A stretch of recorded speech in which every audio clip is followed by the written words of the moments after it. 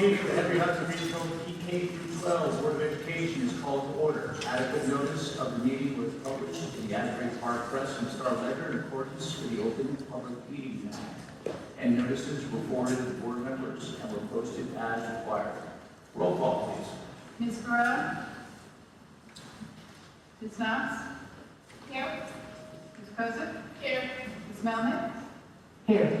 Mr. Thomas? Here. Ms. Thomas? Here. Ms. Wells? Here. Mr. Wingerman? Here. Mr. Colangelo? Here. Dr. Bean? Here. Mr. Bush? Here. Ms. Jordan? Here. Any old business? Hearing that there is none. Recognitions and awards. We're going to start with the Students of the Month and Anchor Awards, and Mr. Jackson will visit.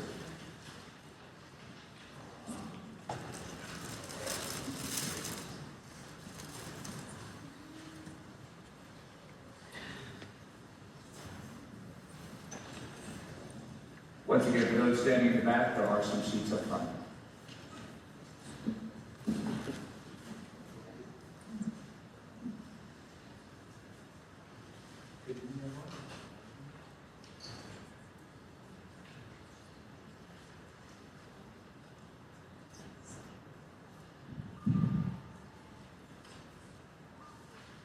All right, good evening, everyone. Definitely a packed house tonight. For most packed I've seen tonight. I've been a little intimidating as I look out there. Shock. We're very proud here tonight to recognize our Highlands Elementary School Student of the Month and Staff Member of the Month. First up, we have our Student of the Month, and that is Ridley Rowe.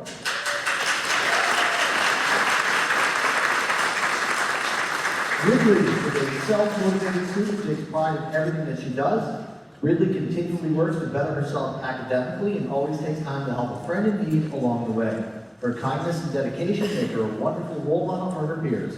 Ridley is a valued member of our classroom. From Mrs. Harpstreet. Congratulations.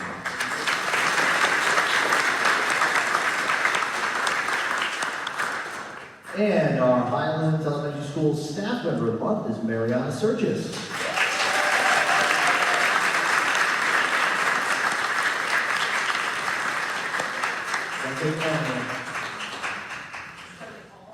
Mariana has been named the HES Staff Member of the Month for her exceptional patience, guidance, and care within the pre-K classroom. She consistently goes above and beyond to create a nurturing and supportive environment where young learners feel safe and encouraged to explore. Her hard work and her compassionate approach make her a truly deserving recipient of this recognition. Congratulations, Mariana.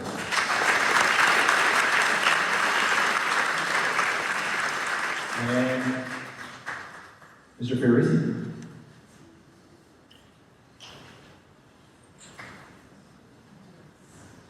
I guess word got out that I was speaking this evening, so I appreciate everyone coming.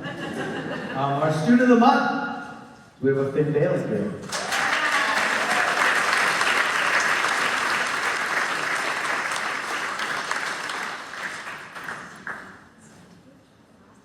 Finn is an enthusiastic and hardworking student who consistently gives his best effort in class. He approaches each task with a positive attitude and a strong commitment to completing his work. Finn is also a kind and respectful classmate, getting along well with others and contributing to a positive and collaborative classroom. His dedication, work ethic, and good-natured demeanor make him a well-deserving Student of the Month.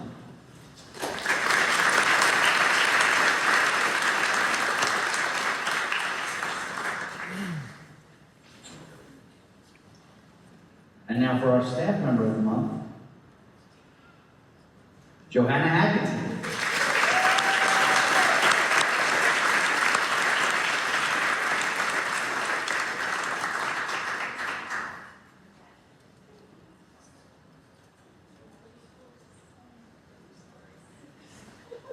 Ms. Atkinson is a dedicated and approachable staff member who consistently goes above and beyond for her students. She creates a welcoming environment where students feel comfortable seeking out her help and guidance. She takes time to provide thorough and individualized instruction, ensuring that each student's unique needs are met. Her commitment to fostering student success and her ability to connect with everyone makes her a well-deserving Staff Member of the Month.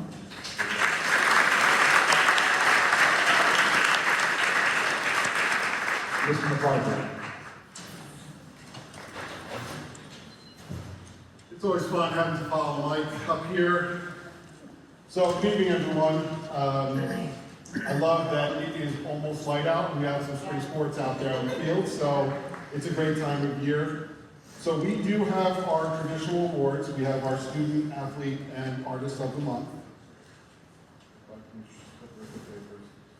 Can I have Lily Petrie come up here, please?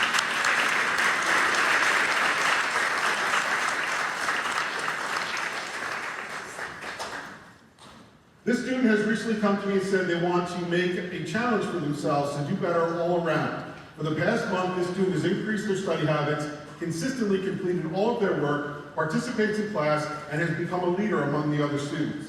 As a result, this student has increased their test scores and their grades. This student has shown amazing growth since the beginning of the year. Congratulations.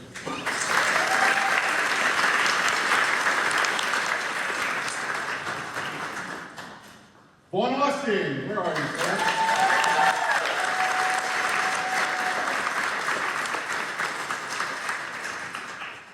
Vaughn is our athlete of the month. He broke the 60 seconds in indoor track for the 400 meter.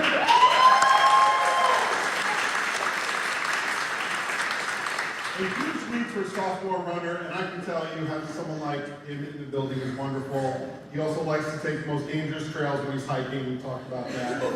But he came back safe, so congratulations.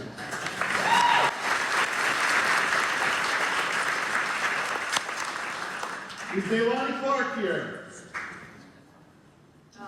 Oh. Doesn't matter.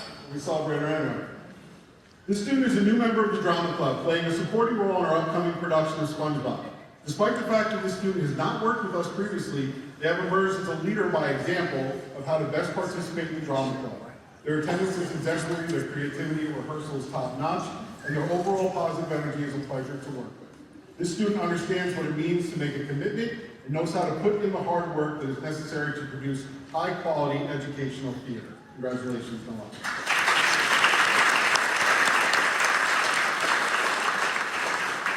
We didn't see our teacher of the month, Eileen Kohler, did I? I want to celebrate her anyway, too. This staff member is new to the HHRS team, and they fit into the fabric of our faculty and staff and community wonderfully.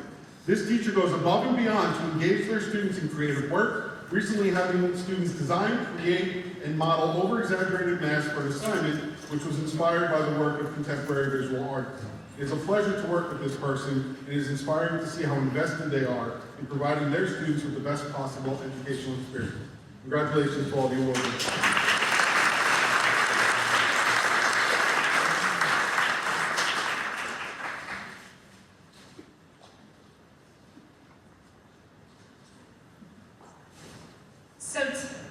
So tonight, in addition to our Students of the Month and our Staff Members of the Month, this is the first time that we are, as one district, celebrating all of our Governor's Educators of the Year and our Educational Services Professionals of the Year. This is an incredible honor. Obviously for our honorees tonight, because they are nominated by their peers, they are nominated by the community, and it is really a testament to the work that they do, but also the representation of all of the incredible staff members that they represent in our three buildings. It is really, really amazing to celebrate the whole body of work. And you'll see tonight, not only do we have teachers, but our Ed Services professionals span all of the support services that we give to our students. So it is truly representative of the amazing work that all of our educators do each and every day. This is one of my favorite days to celebrate because, yes, we are honoring these 6 individuals, but we are really honoring the hard work that they represent of the incredible educators that make up the Henry Hudson Regional School District. So each of the building principals will come up and they will introduce their honorees, and please join me in giving them an incredible celebration tonight. Thank you.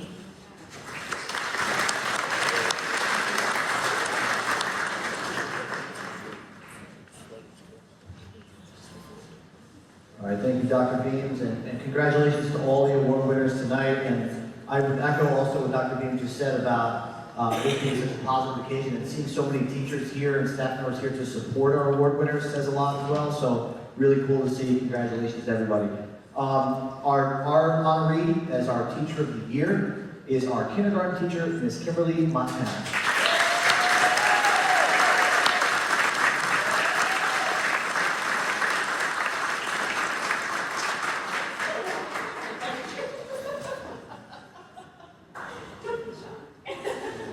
Now I'm going to embarrass Kim by reading a little bit about her as she stands up here with her plaque. Kim obviously is here tonight because she's a very dedicated kindergarten teacher at Highlands Elementary School. Her outstanding commitment to her students, mostly to their growth and success. And I emphasize the word growth because it really matters, you know, in terms of the teacher's ability, is where a student starts and where they finish. And I think Kim is just really focused on that, is getting everything from her students and you know, encouraging growth. Her warmth and nurturing approach creates a classroom environment where learners feel safe and inspired, and she's always excited to you know, move in with our new initiatives and does so with an open mind.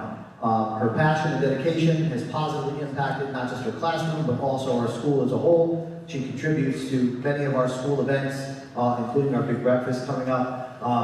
So Kim, very, very well deserved. And I think a long time coming. Congratulations.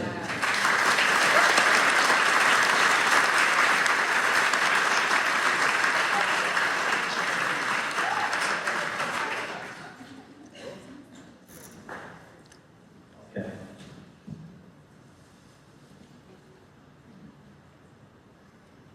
All right, and now for our Educational Services Professional of the Year, and that is Miss Pauline Klimkowski.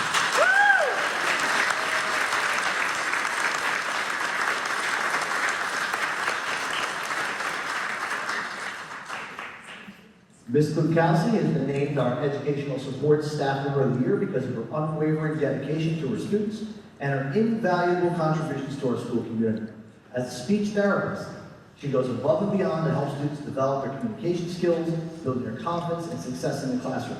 And I'd also like to add as well, Ms. Klimkowski is an excellent communicator with the teachers, so she works with the teachers on a day-to-day basis, informing them of the progress of the students, other strategies they can use in the classroom on a day-to-day. So that's what we mean by going above and beyond. It's not just pull a student out, work with them as a speech therapist. It's also communicate with the teachers and implement those strategies to continue to strengthen them academically. Her passion for helping others and her positive impact on the school makes her truly a deserving honoree. Congratulations, Ms. Klimkowski.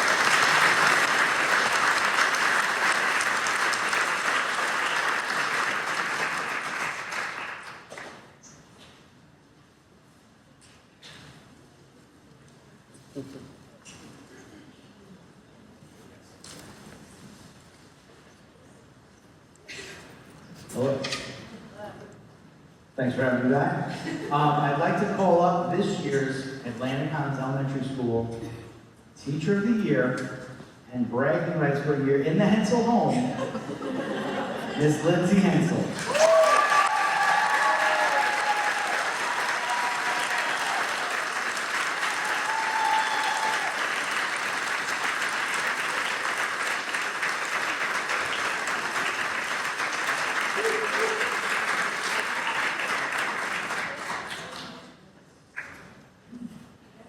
Ms. Hensel is an outstanding educator and a passionate advocate for her students. She goes above and beyond in supporting their growth and success, while also serving as a strong cheerleader for the entire AGS community.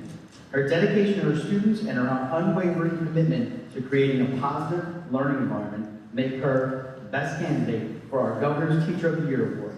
Her impact is felt not only in the classroom, but throughout this entire community. Thank you for all that you do.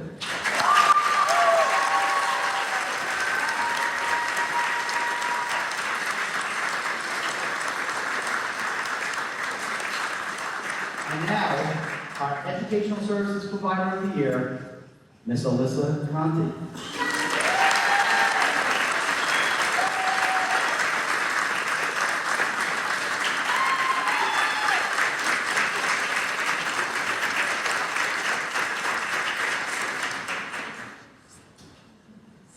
In a very short span, Ms. Conti has made her mark on Atlantic Highlands Elementary School, working with many students of varying age groups and shows her caring demeanor and is approachable to all staff. We're just very proud of everything she's accomplished in her time here.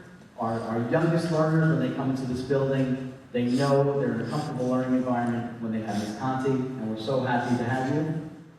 Congratulations.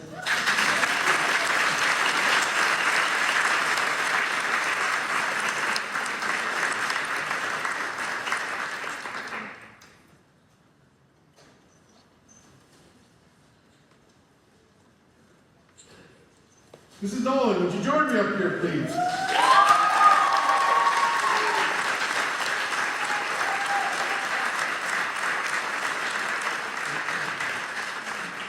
Mrs. Nolan is the type of teacher that every school needs, but very few schools have. She works with the most unique population of students in all of our classes, who have the most diverse learning styles and learning that I have ever seen in my years in education. She reaches out to each student individually, but also makes sure that they have the feeling of a family in her classroom.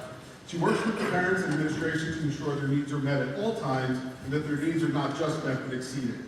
She's a champion for inclusion, ensuring that her students always find their way onto every trip and enjoy every opportunity that every student gets. She can't go to a single room, office, or even bathroom duty without a student or an adult finding her, because she is their trusted adult.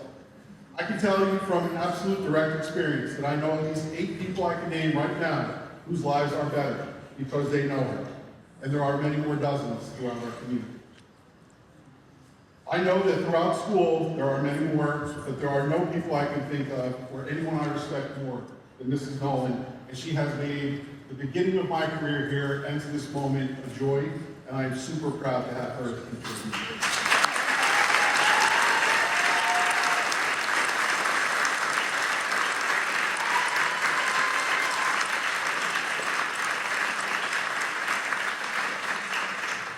Very lucky up here. We also have Miss Jenna Fleming.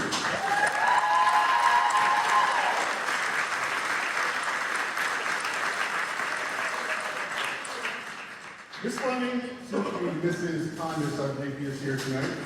Congratulations on getting married this year. Yay. She's going to put in a facilities use request to have it here to say She wants to get married up on the hill. Ms. Fleming is our 7th through 9th grade counselor. She is responsible for 2 major transitions for the students of Henry Hudson Regional School District: the elementary school to middle school and the middle school to high school. She ensures that our students are not only academically prepared, but given the best opportunities, that they are also mentally ready and resilient for the journey ahead. It goes far beyond the office. Student wellness groups, lunch activities, junior honor society. She's one of our senior class advisors, which with this group is a full-time job by itself, while still finding time to keep our parents up to date with all the comings and goings and opportunities for her students up on the hill. Throughout the last couple of years, the counselors have instituted a set meeting for every student and their families to schedule for the following year, 8th through 11th grade. It has been transformative for how our students and the families see the process of secondary school. I am enormously grateful that she is on my team, and again, she is one of the people that, when I started on July 5th, my first year, was one of the people I leaned on to make sure we got off to a good start. So thank you, Ms. Fleming, and congratulations.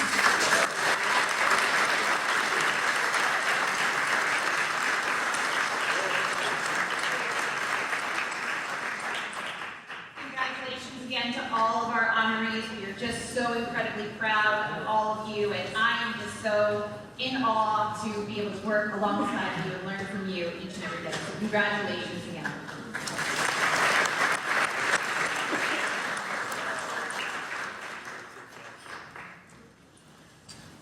Congratulations, everyone. We have 2 presentations tonight. First by the Highlands Elementary School Chorus.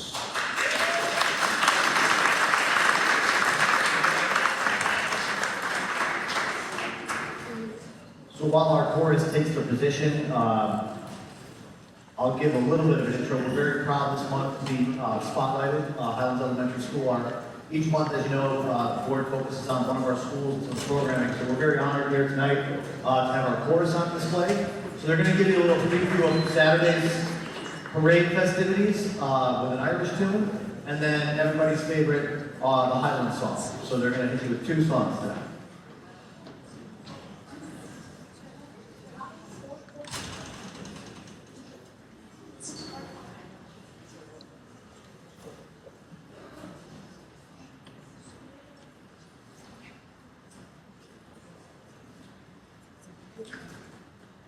Our first tune is called The Whistling Gypsy Rover.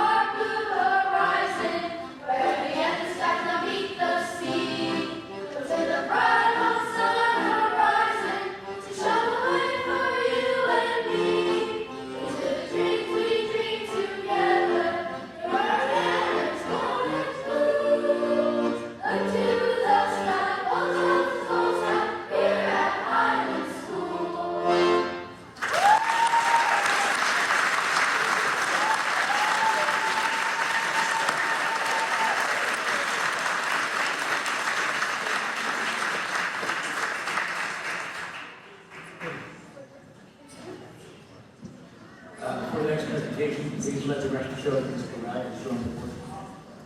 Thank you very much. That was fantastic.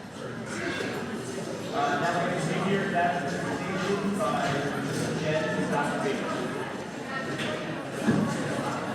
We'll take about 30 seconds for the short briefing together.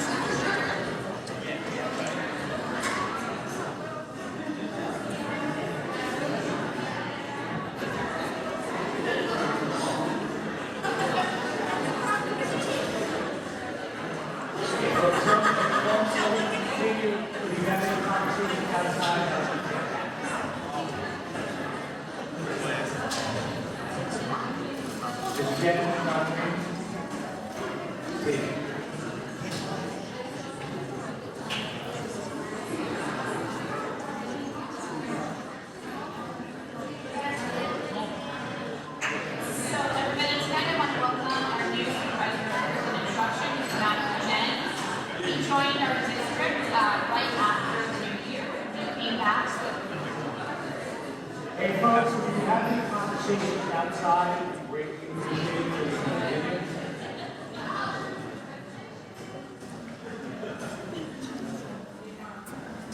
Sorry about that. Sorry about that.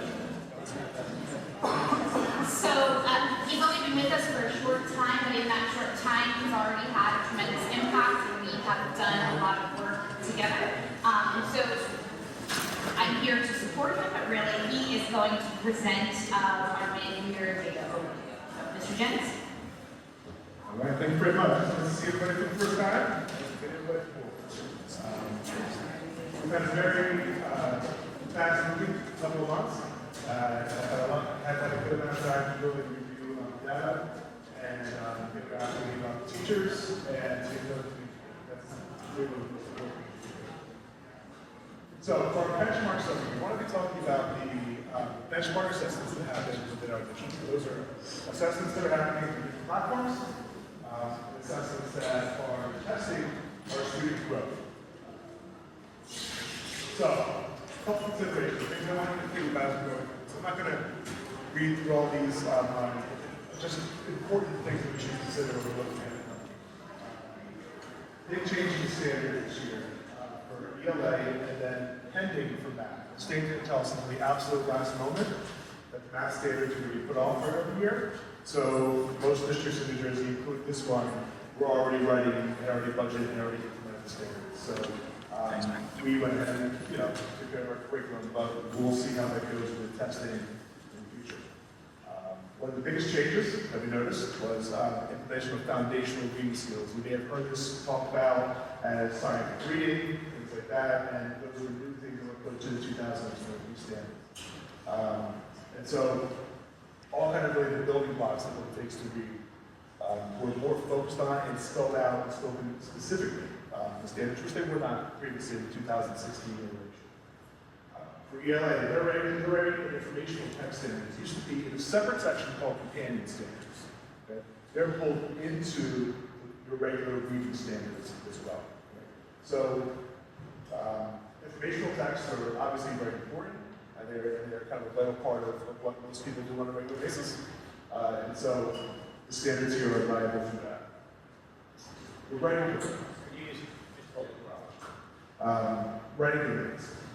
Again, foundational skills, letter basics, letter formation and stamina, encoding, and then through 6 to 12, again, integration of nonfiction sources. So the expectation of bringing these into the secondary in a very specific way. I want to know things like technical subjects, right? We know that technical subjects, my older brother's an electrician, right? And so if you were to be reading his manual, those Lexile levels of things for his manuals that he's reading for, whatever he's doing in facilities in which for Lockheed Martin, those are very high reading level. And so we want to make sure that our ability to read and respond to them, things like that are important as well. Mathematics, important information of data literacy, right? So data for math, kids could be measuring 3 inches, and noting that that was 3 inches. Now, they're going to have a variety of measurements. Really what it's about is getting to a deeper part of understanding, rather than just being able to fill out some facts, right? The kids are understanding why it's happening, why the question is phrased the way that it is, and why math works the way that it does. That's the big question. All districts, but we were delayed. So how we respond to this with testing and the alignment of curriculum, we'll have to wait to be based on what we see. Remember, this is going to be local benchmark data. This is not state testing. Right? Those are 2 separate things. All of these programs, be it IRAN, be it Lincoln, they say very explicitly that this does not serve as a predictor for NGSOA. But for us, it serves as a predictor of growth and the implementation of our curriculum. So here we're going to be talking about data through all grade levels, starting with their Form A and then their fall assessments, and then how they were reflected in the one thing to know, we're going to see Lincoln. Lincoln as a program grows in its rigor, which means its difficulty throughout the year. So if a kid is performing on level, to be able to keep up with that level, they have to grow throughout the year. So just so you're anticipating that when you see the numbers. Areas of strength. Across the scale, we are seeing growth from our students. And this is at kids who are well below grade level or kids who are on. We're seeing growth, right? And that's what we want to see continue throughout the year. We do believe that the MTSS and data meetings that have been held throughout the elementary schools, which have been excellent and very well done by our building administrators, our interventionists, teachers, and coaches, that they've had a significant impact on this. And then also data meetings, which are a little bit different in the secondary because they look a little different based on the structure of the class. Areas that we need to grow. We see a lot of students in our middle, and sometimes schools will call them bubble students. Students like right in the middle who are close to being at proficiency, who are approaching expectations. Those are the students who we want to focus our attention to, certainly in our interventions, and certainly in our instructional strategies and how we're scaling what we're doing for our people. So, this is the elementary math I read growth, starting from the first year. ELY is your beginning of year, MOI is your middle of the year. And this is for our elementary schools, pilots, and for Atlantic Highlands altogether. Right? So what you can see is that we're seeing growth in the areas in which you want to see them. Right? So early on, kids are growing into early on, kids are growing into mid and above. Right? So this is about on grade level. So, and they're coming out of low levels, they're getting away from being below grade level and growing into on grade level. That's the exact type of shift we want to see. When your building administrators and your coaches and myself and people are sitting in these MTSS meetings, what we're doing is talking about where students are, especially the students who we notice are really struggling. Yes? What's MTSS? Multi-tiered systems of support. Say it again, please. Multi-tiered systems of support. So Multi-tier systems of support. So what we do with our students in a variety of tiers. So tier 1 is everybody. Tier 2 are like 15 to 20% of students who need some targeted support. Tier 1, tier 5 to 10% of students who need some significant levels of support. Not others. ELA growth, you're seeing the same exact trend in our elementary schools. Okay. Now, the next couple slides will break them down by school. We can talk about how we're seeing that. So we're seeing growth, which is what we want. K-6 at Atlanta. Again, very positive signs. We're seeing students come out of the lower levels and grow to be early on grade level or to be mid or above. The percentages are growing throughout the year, and I think we're doing is working towards that. ELA, same exact picture. A lot of this is kind of repetitive because our students are showing growth and it's expected that they show growth. So it's really the strategies of what's happening that are most important for us to talk about this evening.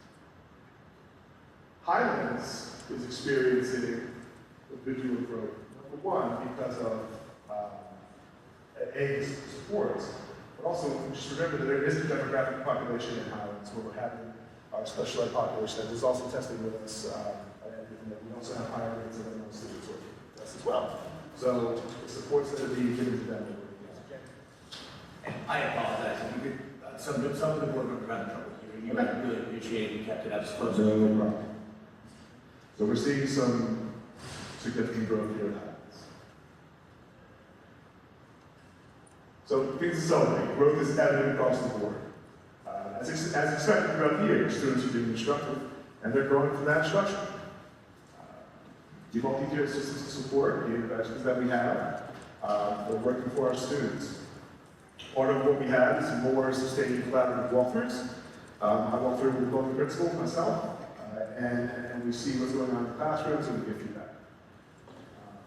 And then a continued implementation of job-related duties. So we're seeing work in the PLCs and also through the admin duties, which is kind of like a PD period that was built into the schedule during the last MOA.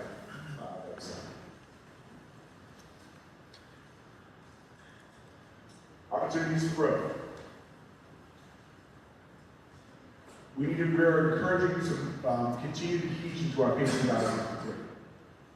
So because a lot of these standards have to be hit before students get to their MTS levels, so they get to the testing periods, we want to make sure that our pacing guides are fitting both our benchmark assessments, so that we're assessing what the kids are learning, number one. Number two, that we're getting all the standards in, because our instruction is driven from the standards. So we're getting everything in before the test occurs. Again, we need to grow in using our supports to address our bubble of students that we have in the middle. And we've been talking a lot about refocusing our instruction on the basics, standards, objectives, learning activities. One of the simple things that are happening in the classroom is public Israel. For Hudson, it's somewhat of a different picture. This, what you have in front of you, is a growth chart, right? Well, a cut score chart. And it shows the dark green at the top, the students who are above expectation, right? And your red at the bottom are students who are well below us, who are not meeting expectations, okay? And so in the middle, if you look at that kind of like rusty orange in the middle, those are our students who are above us. That's the middle. And so what you have in this is grade 7, grade 8, English 1, English 2, English 3. And then in each stream, it's A, B, and A, B. So it's their growth between the two separate tests. So you're seeing that we have areas where we need to see growth. We're seeing growth in English, right, English 1. We're seeing growth in algebra. We're seeing growth in English 1, and then some growth at the top in English 2, which is good. So overall, for Hudson, numbers are slightly different, right? And again, these numbers, we're talking about percentages. 3 to 6% could be a single child, right? Because of the numbers here. So percentages aren't exactly the best way to talk about it. It's always about the overall picture of where our students are. So we're seeing students, again, coalesce really around the bubble and the approach. So bubble and up, they're suggesting that their on-grade levels is just slightly two above. That's where the bubble is for us. Math, you see a similar picture. Math is more of an area of struggle here at Hudson. And so that is something where we have some strategies at the end we're going to talk about, where we're having some direct action being taken to address some areas of need. Big year for Lincoln growth. We are seeing some growth, again, we're exceeding the meeting. And that's good. Right? But we are going to want to see some more. So we've taken some steps to address that because it is an area of significant need.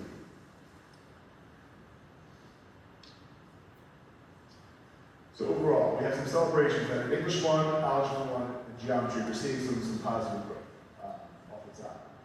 The data meetings are raising awareness of achievement, and we are talking about strategies to improve. There are more sustained walkthroughs. Mr. Pritchard, Mr. McCarthy, and I spend time walking around, talking about instruction, working with staff members to make sure that they have the opportunity to hear from us and to hear from the staff that do it, the coaches, various things about. And that's an important thing for us, that we're able to do that together. Again, opportunities for growth. We need to see growth in the middle scoring range. That's where we're directing our PD. That's where we're directing our coaching. That's where we're directing a lot of things. Because our students are achieving well, they're achieving. But we have to understand a lot of the others that needs help. Lincoln. Lincoln as a structure is very different from our writing. So Lincoln we have to look at and talk about how is it addressing how our pacing guides are set up. Are students hitting those standards at the right time? That is work that we will be doing to make sure that we're right on line with that. And part of it is rolling up our MTSS practices into Hudson. Right? It fits very nicely in that elementary structure. We want to fit it for our needs at Hudson. So how that's going to work better.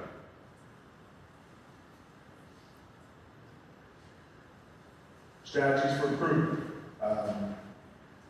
We have scheduled some very specific job embedded PD options that are being offered department-wise at Hudson, and then by how we can organize them at the elementary school, which is slightly different.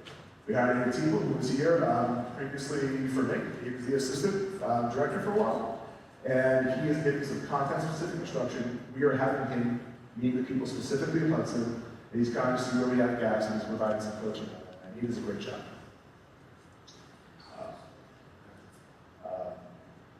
Regular data team meetings, these have been very successful. in addressing the need and leveling, where students are supposed to be. And ongoing and more frequent PD. That's something that in the first 2.5 months I've tried to kind of understanding the schedule with coaches, schedule with building administrators to make sure that we are using that time wisely. We're still using the high impact tutoring program to help address students with some significant need.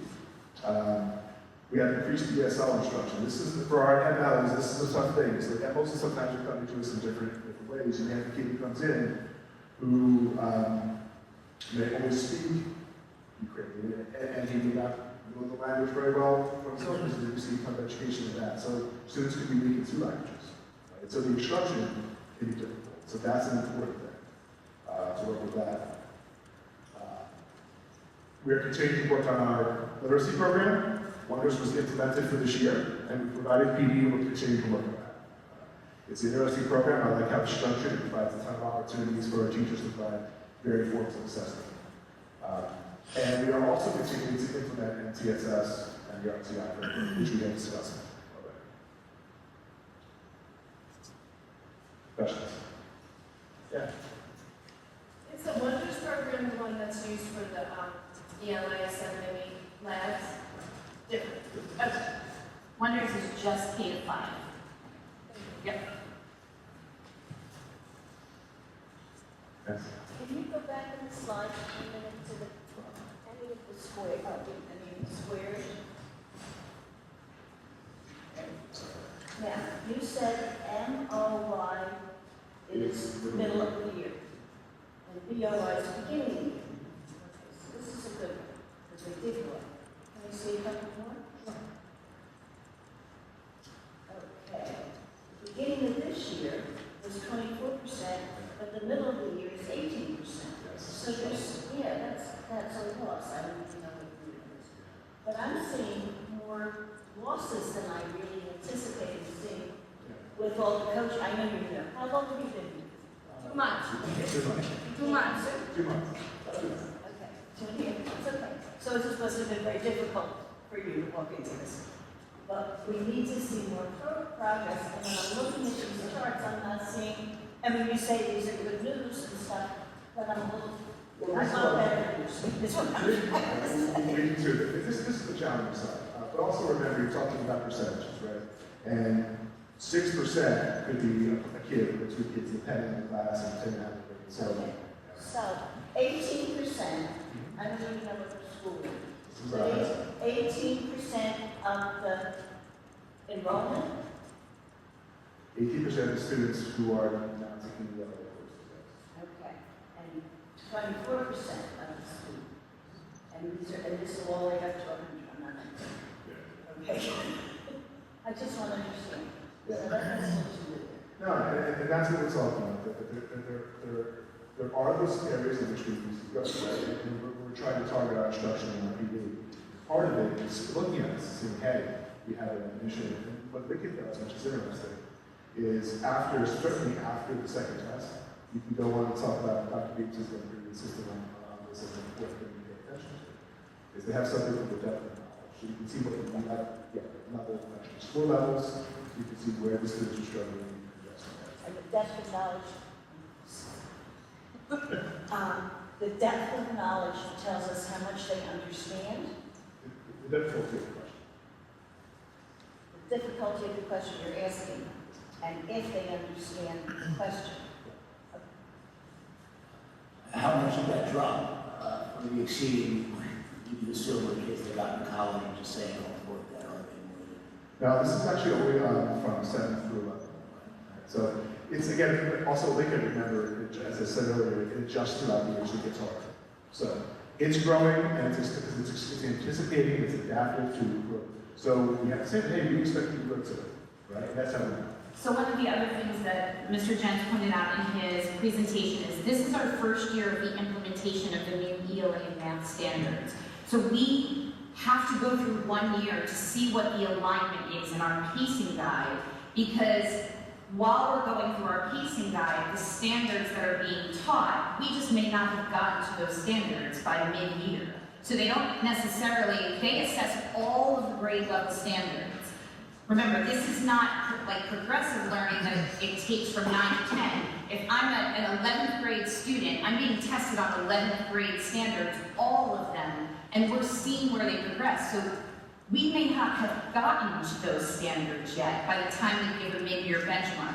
What this does do is when we go in and we analyze this data, we look at how is the standards being implemented. So we just did APD, Mr. Jens and I did it for the elementary staff, he did it for the middle school and high school staff, on this adherence to our standard and really understanding our standards and the depth of knowledge they require. So we're doing audits this year with the new standards being implemented. When teachers are lesson planning, we also are pulling data on how often are we just kind of focusing on the easier standards and we don't push our kids to those higher standards as much as we're pulling that in. So there's ongoing analysis because this is our first year of implementation of those standards. So my question then is, did we test was last year's test so much different than this, that it's giving us a loss instead of, you know, So, what I mean, like, so this is compared to last year's test. This is the beginning of the year where they are the standards for the grade level and then where they're progressing against the grade level standards. It has nothing to do with state testing. But the standards are brand new for this year. The state has never implemented them before. Okay, but we implemented something next year for the kids to learn by. And we can't compare what we implemented last year to this year's, so it doesn't really give us a chance to know how we're progressing. No, we do compare cohorts to cohorts, but we're talking about different levels of standards. So we do comparisons from last year to this year, but last year the kids were in a different grade level with different standards, so this year they're in their grade level, and we're seeing how they're progressing against standards. Standards that are running this year are different than the standards that were running last year. Right, what we're asking them to do are different. Mr. Jennings, wouldn't you also say that as is across the state of New Jersey, that we're still not at a pre-pandemic level for schools in general? It's not just here. I mean, that's what they say. Yeah, that's what most of what you read tends to tell you. My former district had similar troubles. These are not really unique, and they look pretty similar, by the way. So it's kind of what everybody's going through, and the big push is how to deal with it. And I can't imagine. I mean, if like these the data meetings I sat in with certainly at Atlantic and certainly Hudson, various at Highlands. And also the talking about that, it's to raise the problem specifically on where you're seeing the deficit and speak it specifically and talk about it and address it. We all know that if there's a problem, we have to name it, we have to address it, and we have to work on it. And they're doing a good job. Ms. Brown, you have a question? I was kind of similar to what Mr. Levin was saying. How old were these kids during the pandemic that are being tested now? Because I know I see it even with my children. You know, so it's, you're trying to really back the significant So I mean, you take amount of time. take 5 grades ago, right? I mean, that's where the world is starting. At this point now, my daughter's in the 5th grade and struggling. I'm sorry for it. Yeah, so they learned, you know, on video, kids had cats on their heads and stuff. And now you're trying to make up for all that time. And I think it's going to be years before we're pre-pandemic. I think they're taking the right steps. This is what the state's doing. And again, it's getting the specific issue, addressing that issue, providing the support to make it happen. That's what we're trying to do. And I will say, as a parent, with my board high office, this support system is outstanding. Both of my children receive unbelievable amount of support in way of getting to where they need to be to get to the next level, emotional, social, educational. Those meetings were South Carolina, very impressed. Allison? I mean, just to say too, just when you see a negative doesn't always mean it's bad. This isn't a perfect slide, but partially meaning, the -2 means it actually got better because some of those partially meaning moved to approaching. So even though you see a -2, they got better. So if you look at 3 below partially meaning to say maybe those are the 2 not best, I know percentages don't just add up, but if you go from the beginning of the year, 12% were in those worst two, to 11% were in those worst two of the total students, that's actually kind of a positive, even though that two has a negative. Is that right? That's a good So you one. have to actually look at all the data, not just look as a positive or negative. Yeah, Sometimes, it's the whole picture, and again, it's not because we're small and focus on percentages, it's the whole picture, right? That's why some of those images help better than some of the numbers, but it's difficult to get it so it's easy to see for everybody. And one of the other things, Ms. Sparella, for all of the board members, is we don't break out for specific reasons because A, sometimes we only have one teacher teaching at a grade level. Sometimes our subgroups are so small, like in certain grade levels, we only have a certain amount of special education students or a certain amount of multi-language learners or something like that. But we don't break this out into subgroups. This is all of our students. So even in terms of, that includes our students that are in our LLD classrooms, which are self-contained classrooms, which they may not get to meeting expectations, but we're just looking for their growth based on their progress indicators, right? Our multi-language learners that come in, we have kids that came in at 11th grade not speaking any English. They have to sit for these assessments, so just getting them some kind of growth. But we don't break that out here. So what we do year over year is we also look at longitudinal data, right? So we're looking at the cohort and the services that they're getting, and we see, like, are they showing growth year after year, right? Because we can support a cohort, or are there areas where the students are showing growth, then maybe in a certain grade level, there's a drop-off, but then they recover. So then we know, do we need to focus on that grade level, that group of teachers that may be struggling with that curriculum there.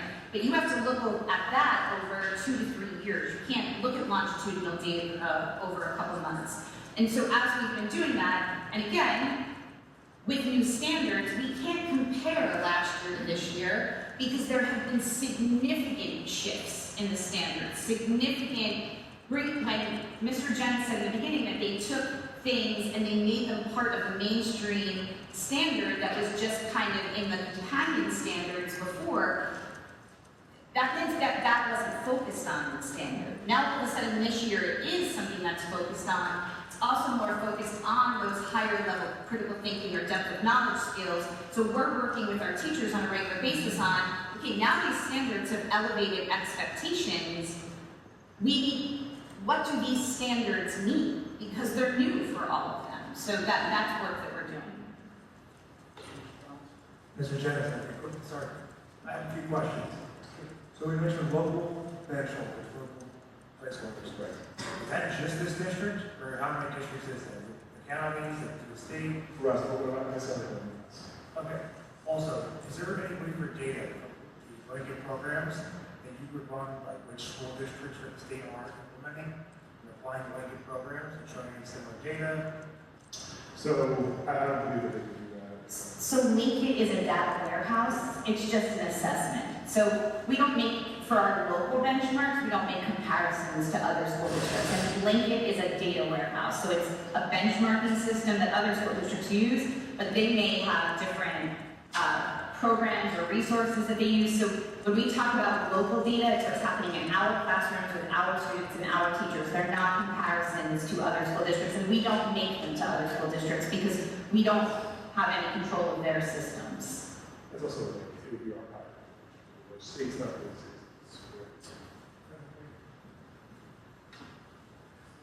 Any other questions? Ms. Melnick? Hi there. First of all, welcome! Welcome. I think that this is like the greatest opportunity for someone who is a teacher, somebody who's looking to really radically have an impact on the district. I was a high school teacher for 20 years, and if I could get lured back to the classroom, which will never happen, a district like this might be the only place that could get me to it. I think this is a very special place, and I'm so grateful that you're here. I do want to just say this to maybe not you, Mr. Jennings, but welcome. But to everybody who's here right now. While we were hearing a presentation, I was actually sort of like looking off that way, because I already knew all of these numbers. I've seen these numbers and others in a presentation in my role as a member of the Curriculum and Instruction Committee. And I knew all of these numbers, and I know more numbers that aren't here right now. And I am appreciative of words like growth and progress. I appreciate all of that. As somebody who, you know, was in a classroom setting and had to show up at board meetings and demonstrate that, like, you know, put lipstick on a pig. I know what's happening here. So I'm speaking to y'all, okay? The performance numbers in both of our districts are in a position where we are grateful for Mr. Jens, because we need somebody who's gonna come and join our team and follow our leadership vision for making this district a place that everybody wants to send their kids. A district where you don't send your kids to private school, a district where you don't homeschool your kids, where you actually recognize how awesome this building is and how awesome the opportunities are. But it's very difficult. As a parent, my son is graduating from Hudson this year. It's very difficult to look at data that when we're talking about we need to address the middle, which is true, I faced that 20 years ago when I was a teacher. The middle can't start at 30%. We can't accept that where we're comfortable is 30% of our kids are at or above grade level. And in no way is this man been doing that, he's literally been here for 2 months.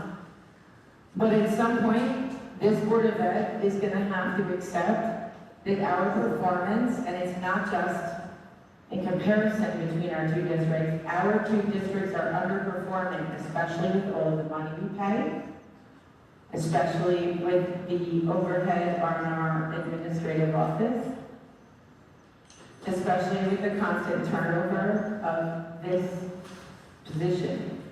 So I welcome you, and I'm almost gonna cry, because I hope that you, like the last 4 people who are in your position, are going to be the answer to what is keeping our kids from performing at their best. And as much as we want to talk about growth and progress, folks, if your kids are in that 3rd, 4th, 5th grade, look at the report cards. Your kid probably isn't on grade level. All right, I'm done.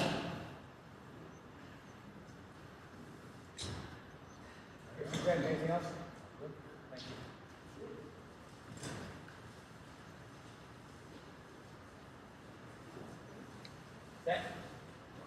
you.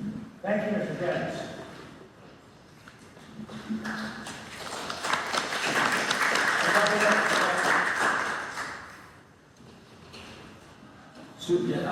Ms. Renat, will you be your report?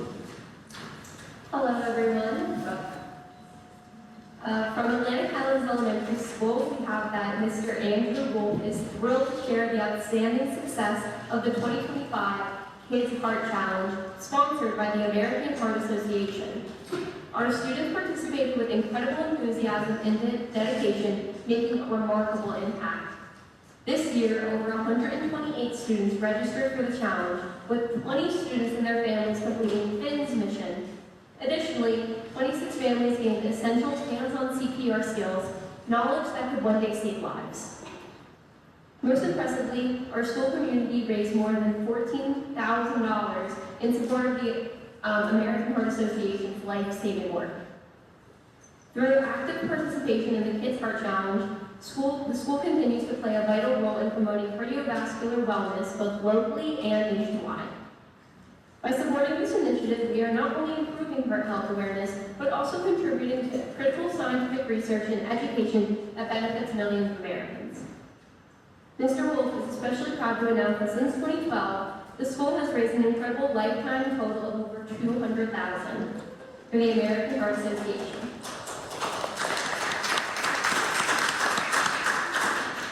This achievement would not be possible without the unwavering support and dedication of students, families, and staff. Mr. Wolf thanks everyone for their commitment to this important cause. Your efforts are truly making a difference.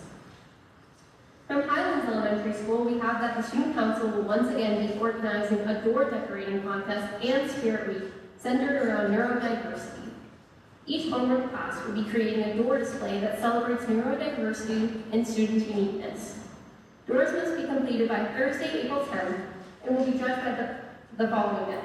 The contest will be broken into 2 groups, pre-K to grade 2 and grades 3 to 6. Doors will be scored on creativity, visual impact, and theme. The winners from each group will win a pizza party provided by the Student Council. Starting on Monday, March 24th, Student Council members will be coming to classrooms during breakfast to lead a presentation and discussion about neurodiversity.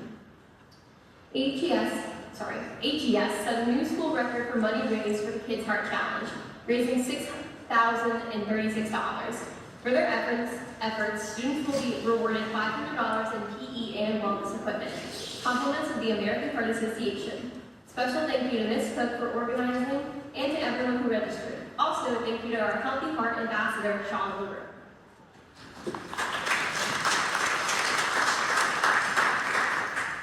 And now for Henry Hudson.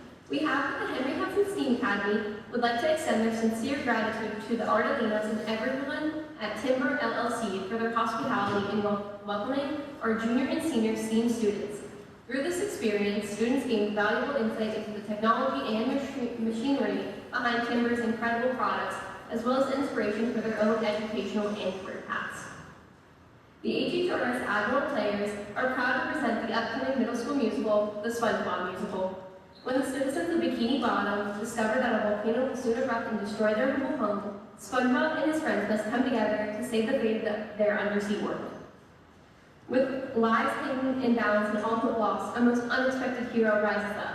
The power of optimism can really save the world. Performances are April 4th at 7 p.m. and April 5th at 3 p.m. and 7 p.m. Tickets are available at the door or in advance by going to CUR8.com and searching HHRS. The first annual Henry Hudson Film Festival was a huge success. With over 150 in attendance, it was a great night of red carpet photos and interviews, a video introduction from alumni Kevin Smith, and of course, the amazing films from the talented students of Henry Hudson. The winners were Ty Newman for Best Broadcast Journalism Film, Lily Hensel for Best Middle School Film, Shaylin Higgins for Best Comedy, and Athena Spiropoulos for Best Sport Film. Oh, also, Finley Reese for Best Drama. Finley Reese also took home the Best of Best award for her film, Where We Once Were. Congratulations to all the filmmakers who participated, and Mr. Boylan is already planning the film festival for next year.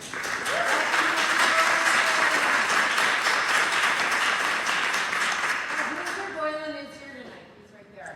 You are going to.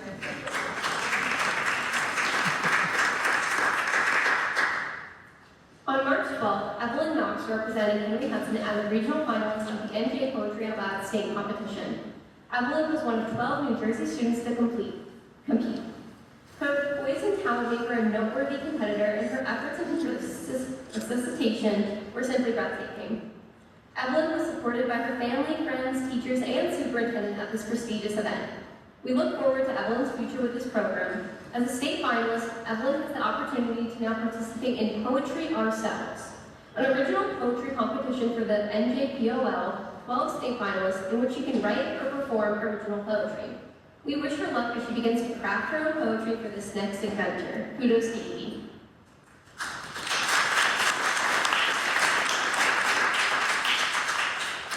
On March 5th, the HHRS Student Council visited both elementary schools as part of Read Across America Week. 25 Henry Hudson class officers read stories and played games with elementary school students from pre-K through grade 5.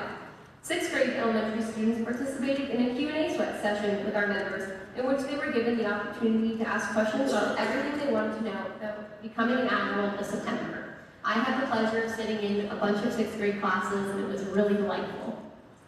The Henry Hudson Marching Band will perform for the annual Highland St. Patrick's Day parade this Saturday. The group has been working for the past couple months on marching and memorizing their music for the performance. And that concludes my report. Thank you so much. Very thorough. Thank you. Dr. Beach, Superintendent's report, please. Thank you, Juliana. Again, I just want to congratulate our governors, Educators of the Year, and Educational Service Providers of the Year. They are just amazing. Our staff, they are incredible as they work towards meeting our students' goals, and I'm just so grateful that you all represent them because our staff is amazing. So congratulations again. As Mr. Jen said, we have been targeting professional development. So on March 14th, we had another half day. That's part of our continuing professional development series that we're doing. One of the things that we have been looking at over the course of this year, Mr. Jens, even though he's been here for a short time, he and I and the principals have been working very closely at monitoring how our learning standards, especially in EL and math, are being implemented in the classrooms and making sure that there's consistency across the grade level. So the experience that a student is having in 4th grade should be the same in all 4th grade classes. In terms of how the curriculum and the standards are being rolled out, we need to make sure there's consistency. But they are new. They are new standards. They are more complex. And so we have been doing a lot of work with our staff in what do those standards mean, where do they have difficulty in implementing those standards, because they are very new. The state of New Jersey changes our standards all the time. A lot of times they just kind of change a few words or the title of a standard, and they call it a big standard change. This was significant. The shifts in these ELA and math standards, and they are in all grades K through 12, are significant. The other piece of this is there is an emphasis on informational text and the integration of technical text that we have never had before. That is difficult. That is a depth of knowledge for our students, and you can see our teachers who have not had to teach these standards before, and I cannot say enough about the work of our teachers and how dedicated they are to learning these new standards. They're also engaging in really difficult conversations with families, with each other. They're working together collaboratively in ways that we haven't said before. So we are aware of where we need to go in terms of growth, and that's why our professional development over the last couple of years has been so targeted. And I cannot say enough about our instructional staff, because as difficult as these achievement numbers are for all of us to look at, they understand the needs of the students. They understand that they have changed. They understand better than anybody the learning loss that the kids have suffered, and they are working over. I cannot say enough about our instructional staff. And where we are seeing areas that they need to improve, they are embracing those opportunities to improve and work with our coaches and our administration. So we had a very successful March 14th PD Day. We had our departments working really hard up at Henry Hudson. There's a huge focus on writing, so our ELA and our social studies history departments and our science departments have been working really hard to integrate more writing and ELA into their classrooms. So that they were working in their PLCs, and then they worked with Mr. Jens down at the elementary schools. We did a lot of work on math fluency and understanding how math fluency now is integrated into the curriculum. Fluency practice, again, was kind of a standard that was infused, and now it is coming to the forefront in terms of math fluency, and so there's more of an integration on that, because without that math fluency, there isn't that analysis that is being required. So we worked with our partner in InnovaMath to do some program agnostic math PD. We also had a variety of social emotional learning for our counselors, our CST members, our nurses, organized by Dr. Lombardi, so it was really a great day. As Juliana reported, we kick off our school musicals this week. So our spring musicals will be performed. So we kick it off at Atlantic Highlands Elementary School this Thursday and Friday for Shrek Jr. We have an all-star cast. It's one of our largest casts. We're really focused this year on making sure that all of our students, whether they're the leads, whether they're in the crew, whether they're in ensemble, they feel featured, they feel valued, they have their shining moments, their beautiful costumes, and so we are really excited for Shrek Jr., which opens Thursday, and it runs Thursday and Friday, March 20th and 21st. As Juliana said, we will be presenting SpongeBob the Musical here. If you've never seen SpongeBob, it is a blast. I highly recommend you come. It's so super entertaining. It is crazy, and the kids, I got a little sneak peek today, they are so talented, and that opens April 4th and 5th. And then Highlands, they will be performing on April 25th and 26th, The Wizard of Oz Jr. So it's a lot of classics that we all know, really family friendly, so please come out and support. We really love watching all of our students shine. We have our parent-teacher conferences coming up for the spring, so we have half days at the elementary schools on Thursday and Friday, March 20th and 21st for our parent-teacher conferences, and then here at Henry Hudson on March 26th. Our PTOs have been incredibly busy, and we are always so grateful for everything they do. I want to thank the Henry Hudson Regional School PTO. They had another incredible disco-themed gift auction.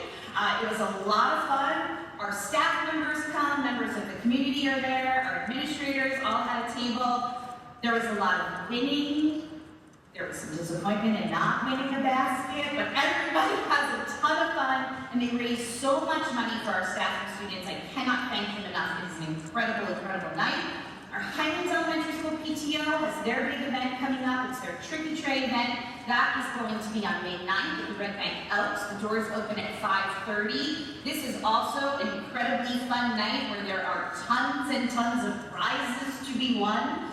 They're already showcasing some of that on their website. And these funds go to our 6th grade trip to Washington, D.C., so I encourage everybody to come out. And then our AHES PTO is in the middle of their plant sale right now. Your orders for your plants are due on April 5th. That's their latest fundraiser. They've had the Scholastic Book Fair for the last couple of days in AHES. So if you want to place your plant orders, reach out to the AHES PTO before April 5th.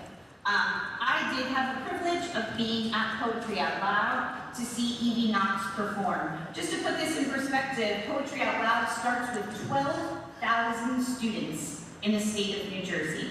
12,000 students start their journeys in Poetry Out Loud. Evie was one of 12 state finalists. To say that we are proud is an understatement.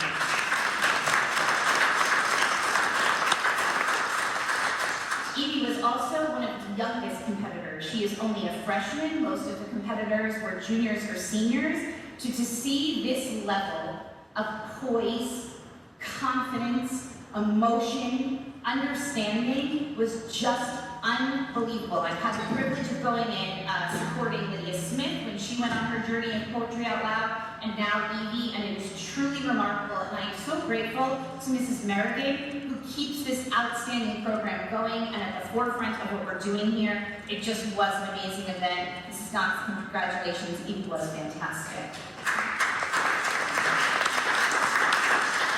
Higgins, who's an 8th grader here at Henry Hudson, represented our school district at the New Jersey School Board Association's 2025 8th grade dialogue program. This initiative honors our 8th grade students who exemplify outstanding character, determination, school spirit, leadership, and community service qualities. Patrick joined other 8th grade students from around Monmouth County to share his reflections on their elementary and middle school experiences, their future aspirations, and their recommendations for improving schools. Mr. McCarthy and I got so much positive feedback on Patrick. It seemed that all of the other students had very scripted answers, they were very well rehearsed, and Patrick just spoke from the heart.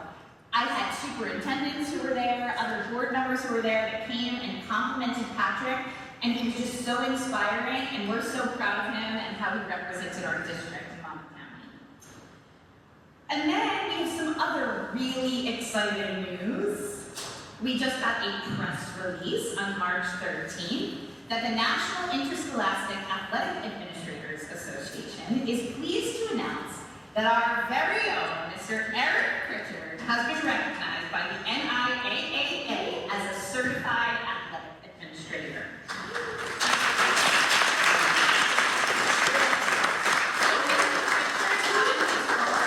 Engaged in hours and hours of professional development through the national organization. There were only 26 athletic directors in the entire state of New Jersey that were accredited through a test which today at our AD meeting, they were all talking about that it was a tough testing environment. There was someone making a lot of noise. It was in this little room. They had these crammed study groups. We had 8 or 9 ADs from the short conference. But this is an unbelievable distinction. He has demonstrated the highest level of knowledge and expertise in the field of interscholastic athletic administration. It is a voluntary certification process, so he did this all on his own time, which I don't know when that is, because if you've ever been to Henry Hudson, he's at all of our events all the time, so I'm not really sure when that is. But it takes into consideration their educational background, their experience, and their professional contributions. And it is a written exam, so you have to actually sit and take the test. So congratulations, we are so proud to have Coach Pritchard, and now you just have demonstrated your level of dedication to your trade, so thank you. And finally tonight, Mrs. Sherlock is going to speak about our preliminary budget. Budget time is always very stressful for school districts. I want to thank all of our administrators who have been working on our school budget since October. It is not easy in this landscape right now. There's still a lot of unknowns about school funding, not just for the future, but we still are waiting on some guidance for this year, even though our budgets need to be crafted. I especially need to thank Mrs. Sherlock and her team, who brings everything together. She is so detailed, she is so conscientious. We work very closely together. We're on the phone, we're having meetings all the time. She is so fiscally responsible, as are all of our admin, so thank you to Mrs. Sherlock for all of her hard work. I don't know where we would be without you. And that concludes my report. Thanks. Mrs. Sherlock. Thank you. I just wanted to probably talk about a few things that are on the agenda tonight. So we have been approved again for preschool education aid. And I don't know if you remember last year, it was when we were combining all the schools together, and we had to amend it to go for the 5 classrooms, but this year we're fully funded at the 5 classrooms. So we were able to increase our enrollment information that we give to them, and they fully funded all of it. There have been some cuts that they have taken from all schools, but even with those cuts, we're still able to fund 5 classrooms. So it is on the agenda tonight because the board is required that when we submit it to the state those were given to them in their packets, and then they'll approve it tonight. I also have on the agenda tonight that we were approved for an equipment grant from the National School Lunch Program. So we applied for this back in October. We were supposed to hear by December. So around February, we were like, I guess we didn't get it. We were just about to cut what POs we could, and then we got it. So now we are able to buy new refrigeration units and new freezers, which is great. And it also freed up money that we were going to have to spend on doing these things ourselves. So now we're able to do more improvements with money that we had in the cafeteria fund that comes from running the cafeteria. And then finally, as we said tonight, we have what's called a tentative budget. It is a tentative budget because it has to go to the county office. And tonight, this is the deadline today, so I will submit it with many, many sub-documents that they require, and then they will make sure it's meeting all of the regulations across every team. They cannot tell you what to do with your budget. They can only tell you whether you've done it correctly by the regulations or not. So tonight's budget, if nothing changes between now and April, will be the final budget. A line item where it's supposed to be reported could change from the county, but the county is looking for things like that, not for telling you where you're doing your budget. So we have it on tonight. We will send it to the county for approval, and then our public hearing on the budget will be on April 30th. And on April 30th is when I do the whole presentation. We break down much more detail of what's in the budget, what's not in the budget, what percentages we use to come up with certain line items, where the teacher's contract is coming in, where healthcare is coming in. So this year's budget will be at a 2.01% increase, and that will be, that equals $373,252 on top of the regular tax increase. The budget itself has actually been reduced, though. We had a lot of capital expenses in last year, so we won't be doing all those capital projects. The bonds have matured at Atlantic Highlands, so that number will go down. And the actual budget line item that we service has gone down by a little over 1%, which is amazing when you think we had salaries that were already negotiated to go up and healthcare is going up. So the regionalization, which I'll do more in my presentation in April, has really helped us save money, right? We've been able to combine things, we've been able to be more efficient, and you know, everybody has to account for contingencies in their budget. So when you have 3 contingencies, and now you only need to have 1 contingency, so that's very helpful also. And I will write down in April all of how the budget is funded, what line items come into it, and what the major expenses are that are coming out.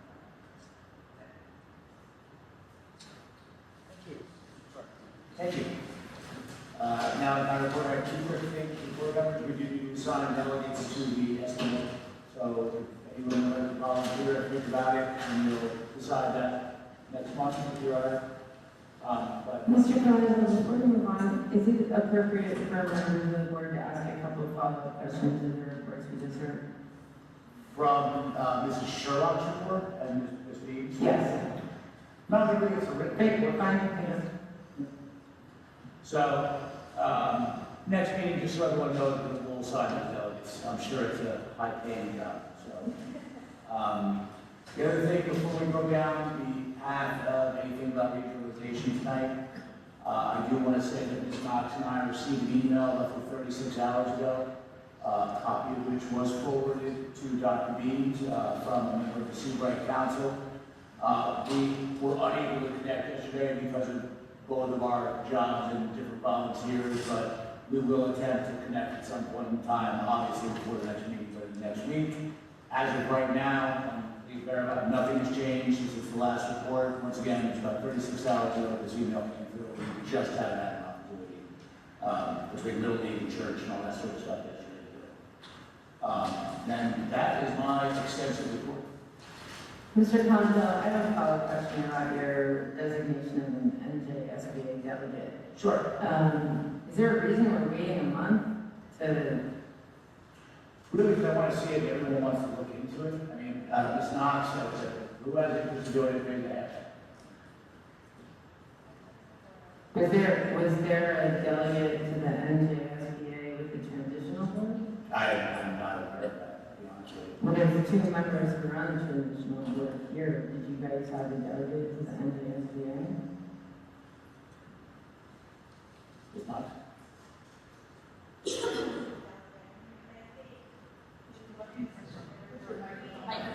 There were 3 individual boards, so I mean, they each had a delegate. So, No, but as of the, July 1st, we keep hearing that date, July 1st, 2024, there's a transitional board that's going to serve until this board is sitting here. We'll replace that board, and my simple question is a yes or no answer, and if you're on that board, maybe you can help us. It's not something we need to really Google. Was there a New Jersey School Board Association delegate assembly? I actually just believe it was Irene Campbell. Thank you. Yep.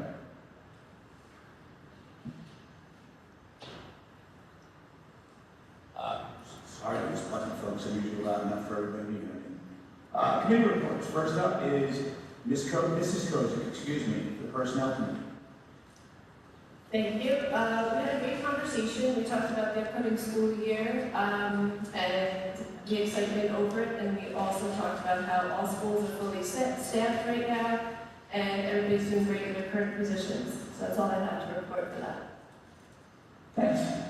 Does anybody have any questions for Mrs. Kozik? Great.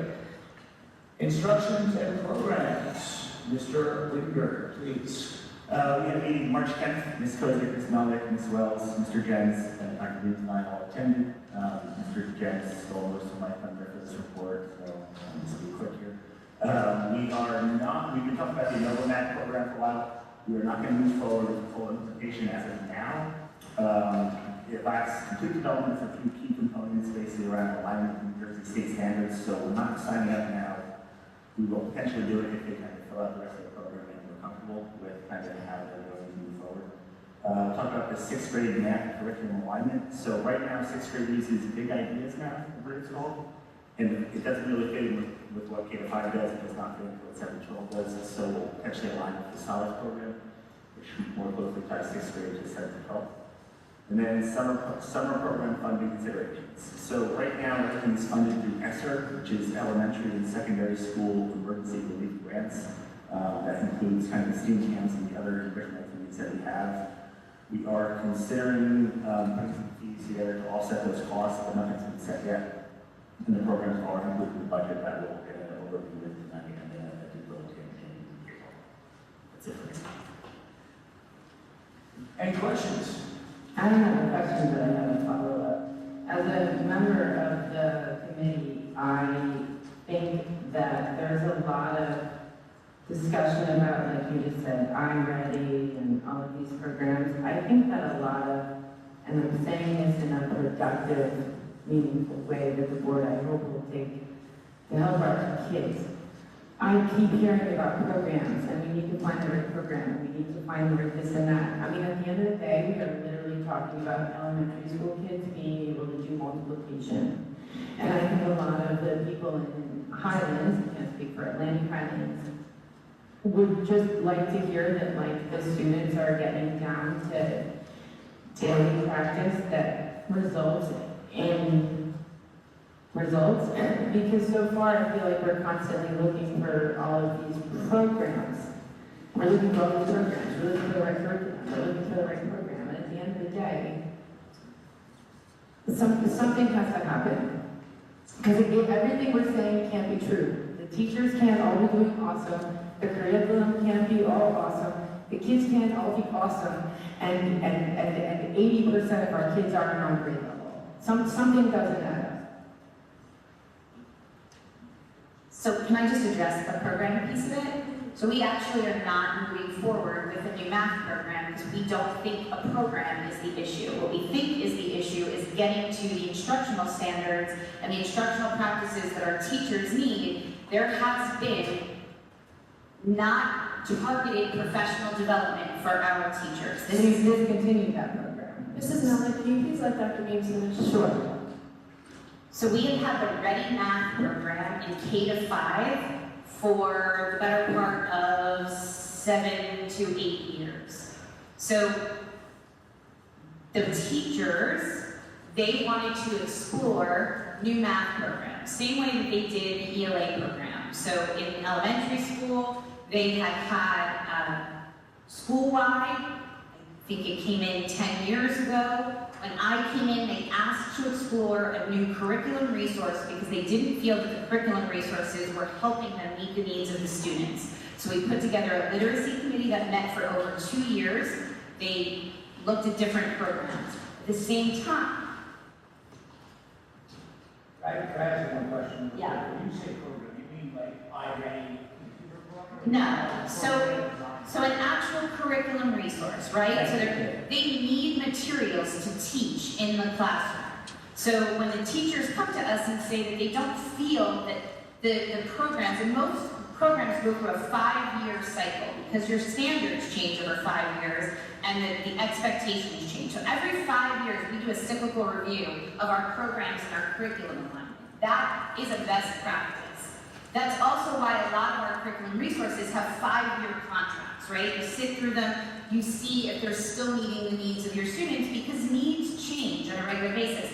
We have gone through, since 2010, we have gone through 4 different standards changes in the state of New Jersey since 2010. The state changes the standards, then you have to realign all of your curricula. You have to realign your programs to make sure they're meeting the needs. We went through, whether we want to understand it or not, a global pandemic that shut down schools for almost 2 years. So we are dealing with learning loss, and we have to go back into our curriculum standards, and our teachers need resources to teach from. So it's not always a computer program. Sometimes they are classroom libraries. They might be math programs that are aligned to standards. So with ELA, the teachers as a whole came to us and asked to look at something.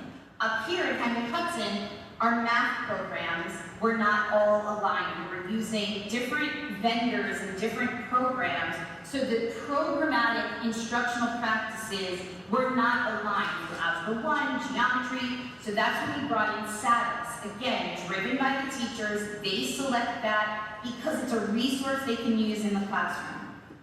But I cannot express enough, and I have teachers sitting in this audience right now who will tell you, I am the last person to say it is about programming. It is about instructional practices. I just stood in front of our entire teaching staff at the beginning of this year and also just again on Friday and said to them, it is not about a program. It is the way we're looking at student growth, formative assessment, but our teachers need materials to teach. Right now, we are not moving forward with the implementation of a new math program K-5 because we need to get to better instructional, it doesn't matter what the program is. We have to get to better instructional practices that meet the needs of these more rigorous standards. So we would like to hold off on implementing something new so we can focus on good practice so it doesn't matter what program goes into the classroom. I don't understand my, If you don't understand my reaction, and you're right, because I want to explain it. What you just said is, it doesn't matter the program. We're gonna use this program that we know is not effective, but we're gonna continue to focus on professional development. Keep talking over me. Okay. I was in a committee meeting that was 1 hour long, and the things that are happening at this meeting. Ms. Melly, Yep, peace out. I don't want, and Dr. Beans, I would appreciate it as well. Discord is fine, all right? But we're gonna move on from this right now. No, excuse me, one second, I'm sorry. We're gonna move on from this right now. If you do have a concern, Ms. Melnick, I'm gonna ask that you put it in writing to me, as is protocol. I'd be happy to forward it to you as a response, and that way it's in writing. All right. Public comments on agenda items only. Oh, I'm so sorry. I was in that one, so I don't need that report. Finance and Facilities Committees. Mrs. Thomas, excuse me. We had a meeting, which is pretty much, we've gone over most of it. Myself, Mr. Thomas, Mr. Colangio were present, Mrs. Welsh was present on the tunnels. I was close. I said it was close. Mrs. Sherlock and Mrs. Beans were all present. Mr. Wiggenberg was absent. He could not be there.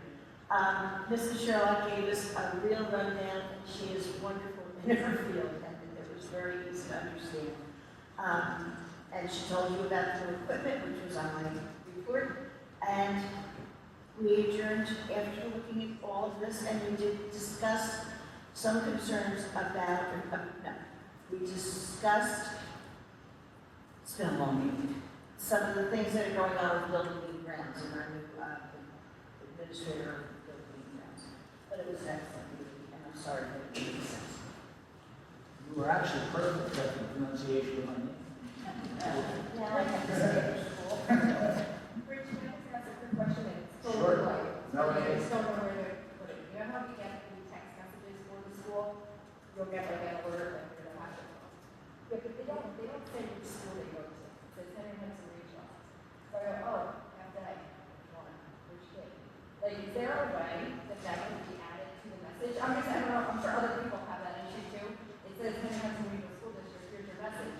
And then if you have kids in multiple schools, you don't know which one that applies to. Sure, we can look at that. So that's very light, but I just wanted to, you know. I don't get those text messages, so I would know, so I'm not a parent, so thank you for letting me know. They're all Henry Hudson, and then I go, oh wait, wrong kid. Yeah. It's coming home. Guys there? Yeah. I just do. Yeah. All right, thank you. Yes. Look at them all. They all gave me thumbs up. So yes, thank you. Sorry about that. And we Public have- comments on agenda items only. Okay. I'll acknowledge it. Please welcome parents, state your name and your address.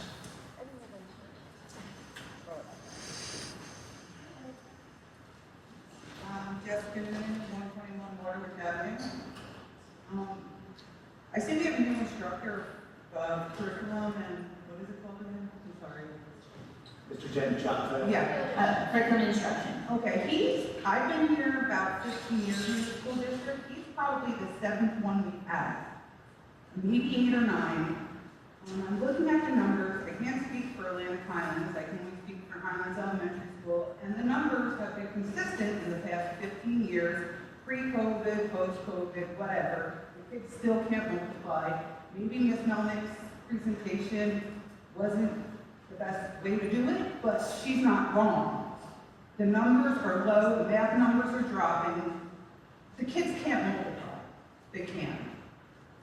Like, is this going to be the last supervisor curriculum? Like, there has to be something more. Simple multiplication programs, this program, that program. It's not changing. 15 years, not changing. Thank you. You're welcome. And again, what I'm trying to avoid with presentations, board members and superintendents fighting with each other in public, there's a protocol to take care of that as well. Once again, healthy discord is fine, but we don't want to be trying to copy each other. Public comments. Ms. Ekstrom, if you would. And I didn't see you behind Mr. Fisher. I can't see that. I just saw a hand. I need to do it next. Hello, Elizabeth Ekstrom, 123A East Highland Avenue. Thanks for all of your volunteer work here.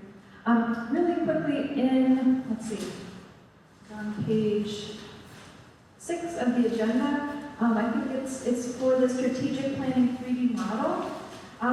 Is that, I know at a former board meeting you talked about doing strategic planning. Is this in line with that you're going to be moving forward with that? Great. And then if, I think at some point, just when that would be happening, that's all. Thank you so much. So I'm meeting with Dr. Teehan tomorrow to work on a calendar for the strategic plan, like the strategic planning, now that the board has approved that. So once we have those dates together, then that'll be sent out to the community and all those invites and everything. So we're working on that tomorrow. Can't see behind Mr. Fisher, but Rebecca has about that. So that's would you sorry, would you kindly go up and announce your name and your address, please, and microphone?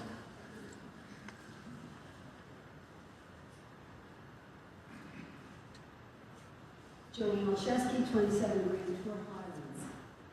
As someone who loves data, I make the statement. If LinkedIn is local data, and we will consider the size of the student bodies in both schools, if there's an issue and the data is available, if it were me, I'd be digging in as deep as I could go. It's an issue, and it's not a big deal to dig into data when I'm talking about 50-some kids in one school. Excuse me, and I think 390. Whatever can be done should be done in this situation.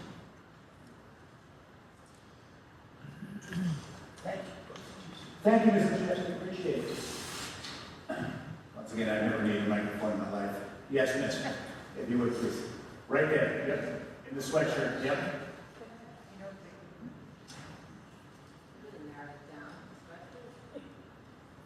I can't see all the way to the back. Karen Jarvis, 44 Cedar Highlands. I gather that there's something coming up with Seabright.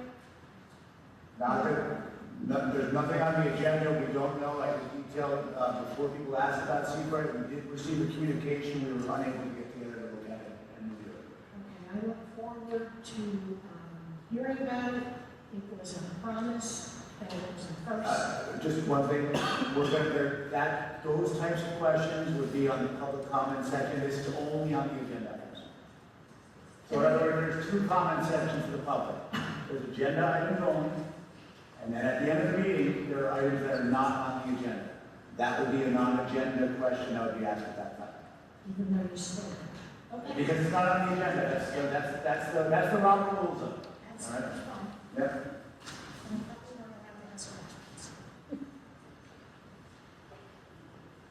Any other comments on agenda items only? Great.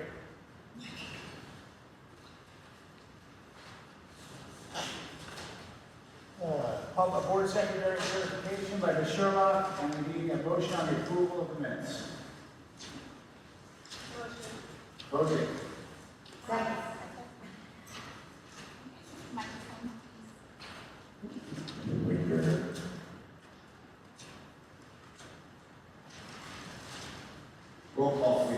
Mrs. Sherlock, excuse me. Ms. Guerrero? Yes. Ms. Knox? Yes. Ms. Joseph? Yes. Ms. Melman? Yes. Mr. Thomas? Yes. Ms. Thomas? Yes. Ms. Wells? I stand on that. Mr. Wingberger? Yes. Mr. Colangelo? Yes. Correspondence, we appear to have no correspondence. Facility use request, buildings and grounds, we appear to have one for a Taylor Swift concert. Yeah. We're big time. I won't be there. Roll call, please. Actually, I need a motion and a second, excuse me. Motion, Jose. Second, Knox? Roll call, please. Ms. Guerrero? Yes. Ms. Knox? Yes. Ms. Joseph? Yes. Ms. Melman? Yes. Mr. Thomas? Yes. Ms. Thomas? Yes. Ms. Wells? Yes. Mr. Wingberger? Yes. Mr. Colangelo? Yes. Motion, the next item on the agenda is the consent agenda. Motion to approve the following items upon recommendation of the superintendent. I need a motion. Wingberger. And I need a second. Roll call, please. Ms. Guerrero? Yes.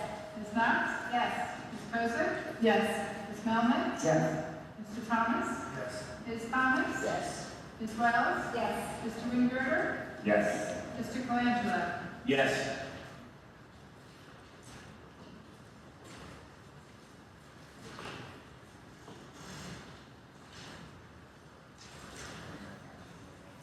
One second.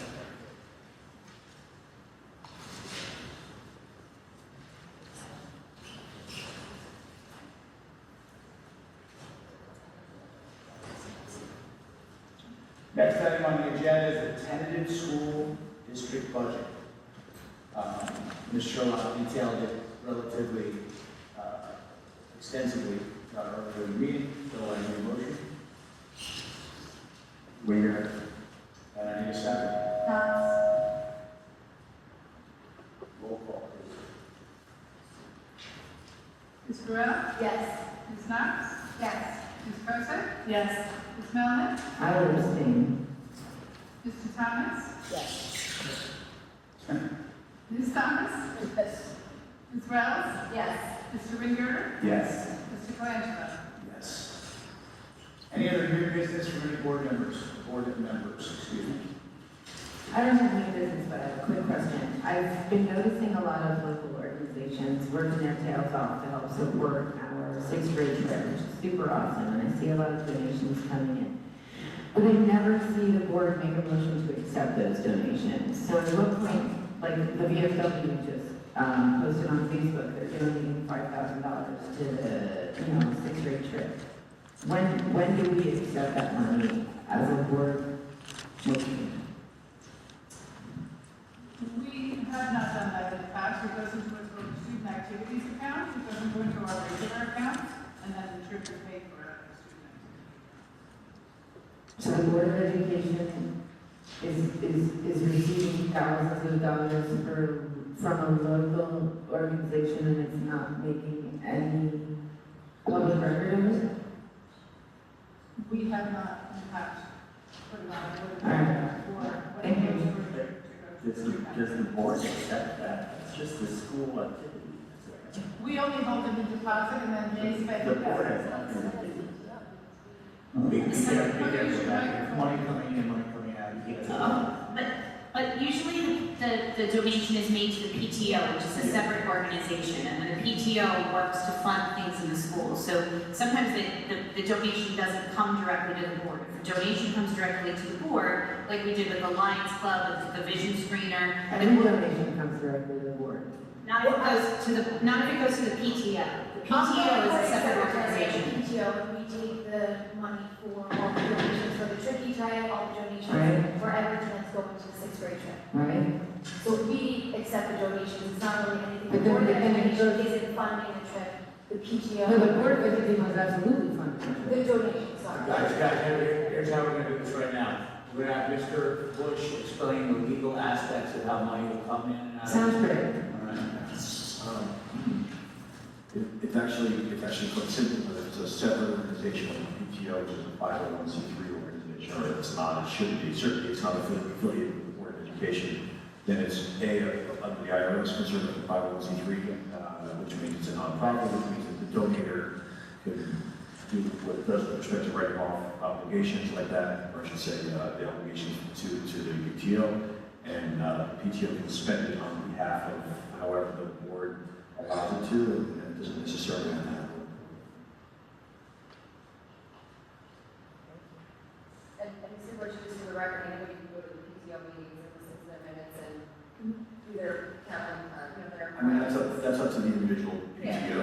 PTO meetings are for state public, but many of them are, and if they are, then certainly anyone can come, or at least parents can come. But the importance is it's a totally separate entity, right? And the board is often helpful in hosting their meetings in their buildings and everything else, but a PTO is a completely separate entity from the Board of Education. Now is the time for public comment on anything you want to say that was not on the agenda. Why don't you go first? And I just want to clarify, you said you heard earlier you're not allowed to ask questions. You can ask whatever you want, but the board doesn't have to answer. It's just a comment portion. Yeah. I am so sorry. If you could get in front of the microphone, I can't hear you. Thank you. I'm still Karen Jones, still living at 34 Drift in Highlands. And there was a partial conversation about some movement with SEBA. No movement, it was a conversation about a received email. A received email, thank you. And I just wanted to say that I'm excited to hear that. I've been a proponent of regionalization since my kids started school in sixth grade. In the 80s, and I've been looking forward to it, and when we passed this last regionalization, it was stated this was a first step. And I've been waiting patiently for the next step to start, and that was Seabright coming in. So I just want to say, I'm glad you were invited to some kind of a meeting, and I look forward to hearing more about it. Or you got an email. You got an email. That's perfectly acceptable comment. That's actually ideal. Other public comments that are items that are not on the agenda. Mr. Fisher.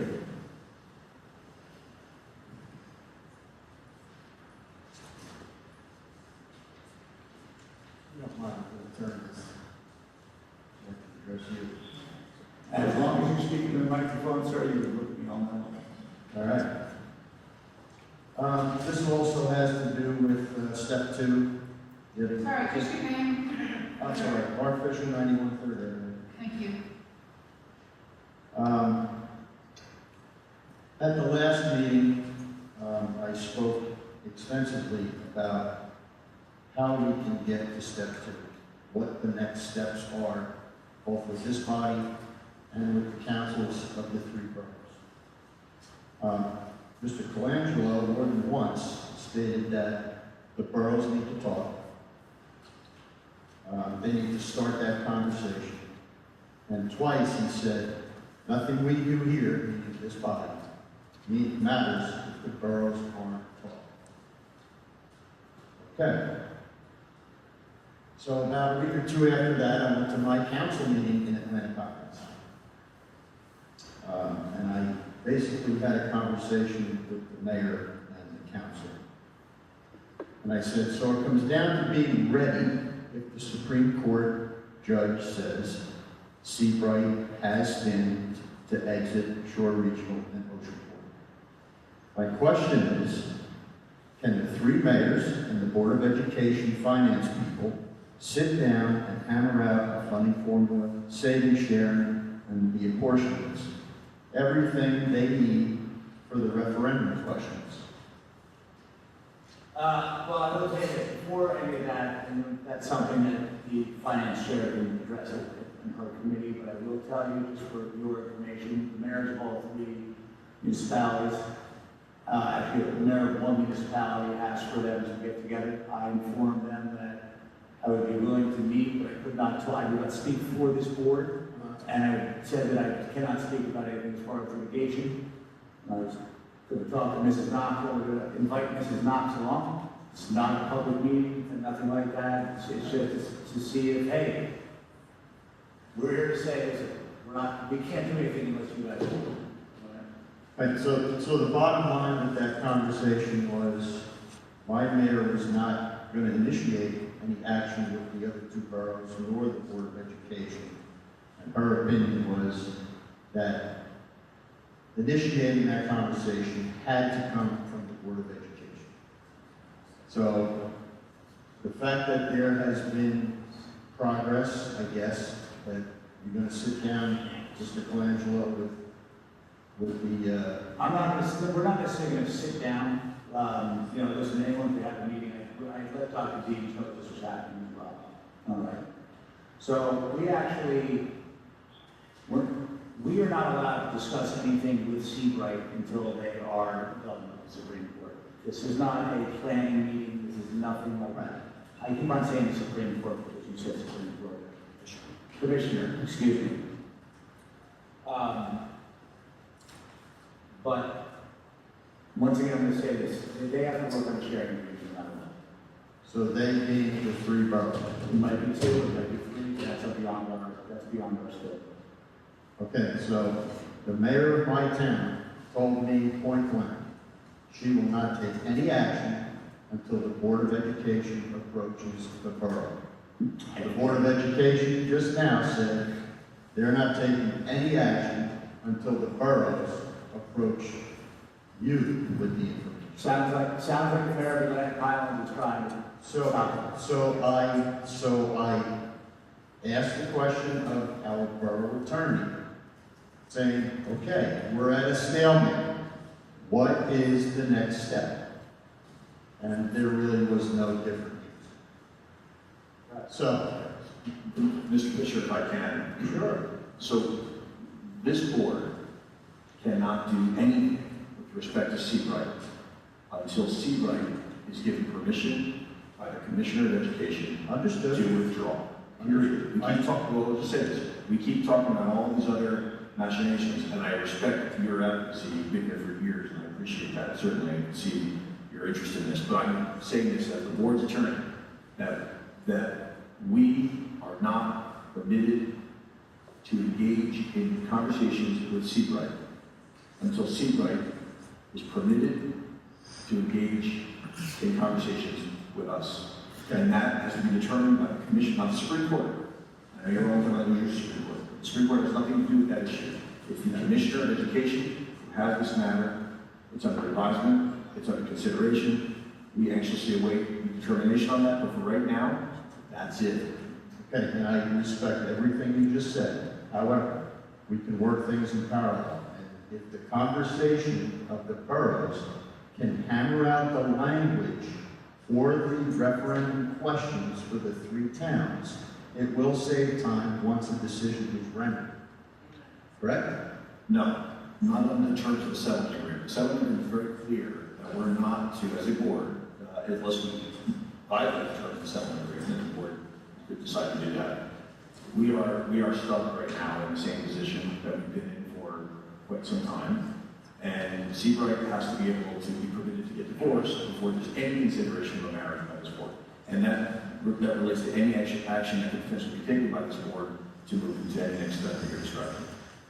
Okay, so the settlement agreement, just so everybody here knows, that was between the 6 boards of education, right? Shore Regional, Ocean Board, the former boards of education of the 2 boroughs, and the transitional board. Those 6 boards signed that agreement, right? Mr. Bush?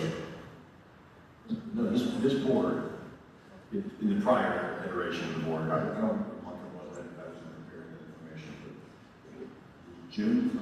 Okay. So the prior board signed and executed that agreement, which is in full force in effect. Just to clarify, it was not the transitional board, it was the 3 other boards as well.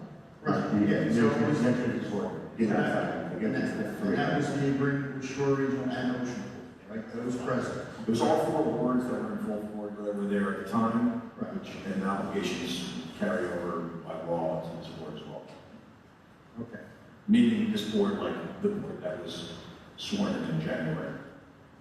But the board is the same for transitional board. We keep making this distinction between the two. Legally, there is no distinction. That board is the same board as this one. Right. So right now, there's nothing that can stop the three boroughs from talking about that language without having to talk to you. They can talk to each other all they want. Okay. I'll try again, Mr. Colangelo. May I follow up, since the board president and the attorney have taken a bunch of time to respond to one of our constituents? Mr. Fisher, I 100% remember about 3 years ago when we were exactly where we are today, where the Highlands Borough Council, the Atlantic Highlands Borough Council, were talking about a cost-sharing agreement, and we were all ready to sign on the line. And the only thing that kept it from happening was that Atlantic Highlands didn't want to have it indefinite, and Highlands said, we'll sign it as long as you say it's for 5 years. I'm right here with you, and sometimes I feel like I'm taking crazy pills, because I think that the other 8 people on this board, or whatever number of people in this room, weren't exactly where we are right now. When I served on the Highlands Elementary School Board, and I was really trying to look out for what was best for our constituents, I talked about the cost-sharing agreement. The cost-sharing agreement that was written, that was already in paper, that the lawyers said the superintendent was endorsing. Whether that was true or not, we all remember the drama, right? When you said Mark Giacobi was lying about you endorsing the cost-sharing agreement. We all remember that. We were this close. But somehow we're all here acting like, oh my God, what are we going to do to come up with a cost-sharing agreement again? There's a cost-sharing agreement. Let's get the one from 2022, let's blow the dust off of it, let's bring in Seabright, and let's be done. And now I'm going to be interrupted again. No, it's not an interruption. No, you are. It's the tone. So, All right, the same thing I said about the meeting. You just need to lower the tone. Okay. You're looking at me, though. I didn't say anything. May I clarify? It's okay, Mark, I just like looking at it.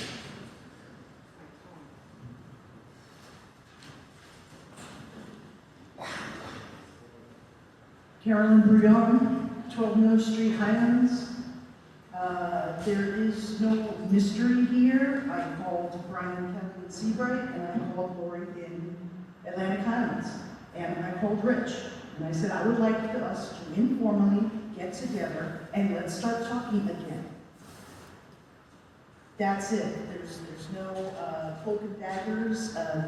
It's important that we talk. I invited everybody to come to the municipal building and let's just have a conversation. You've got to crawl before you can walk, and you have to put one foot in front of the other. And this, in my opinion, is the way to move forward.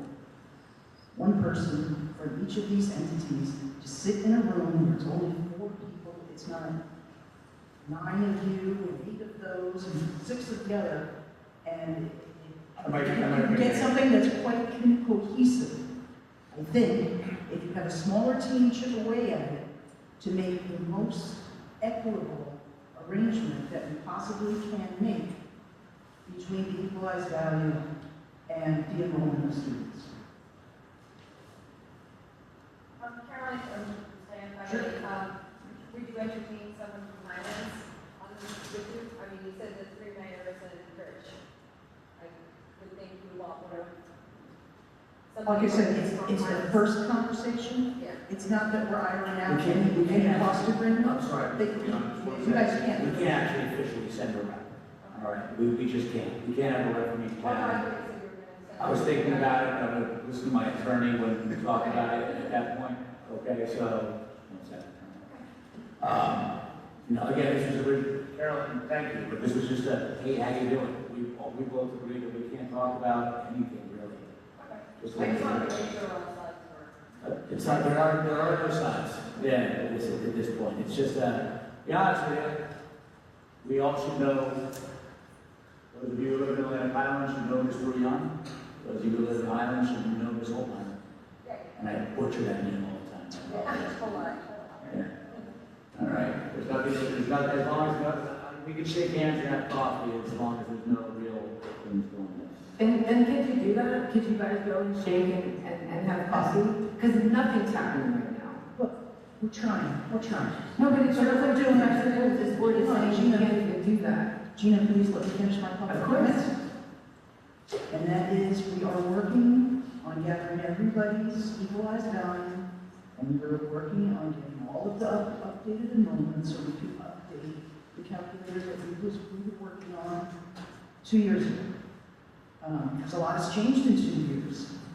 So we have to work with that parameter, and we're on it. We have talked to the bean counters and said, look, bean counters, count all the beans, and then give us something that we can play with that is, again, the most equitable for all three communities. And if it looks like it won't work, well, then we can put it to bed. But I know in my heart of hearts that there is a way that we can make this work to the betterment of everyone, and especially the children. And unless anyone has any other questions, I will sit down. Thank you, Karen. And I apologize, I didn't see you back there.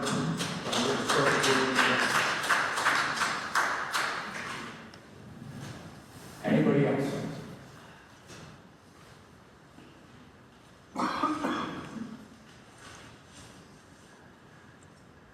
Charlie Rooney, 196 Ocean Avenue, Seabright, New Jersey. I figured I might give everybody a little bit of an update on the referendum that Shore Regional just had. I'll make it quick, just so you guys are all familiar with how that went. I think you all know the results. They lost by a 4-to-1 margin. It was about 2,000 to 500. And the main reason they lost was because they had a teacher's contract that they needed to settle that they hadn't settled yet. And Seabright has a petition in with the Department of Education that they need to settle before they can have any referendum. And that's because when you have a referendum, you need to give the taxpayers the real numbers. Well, this referendum that they had really weren't the real numbers, because they hadn't settled the teacher's contract yet, and they had to settle the petition that's with the Department of Education that Seabright has. They've appealed that petition 3 times.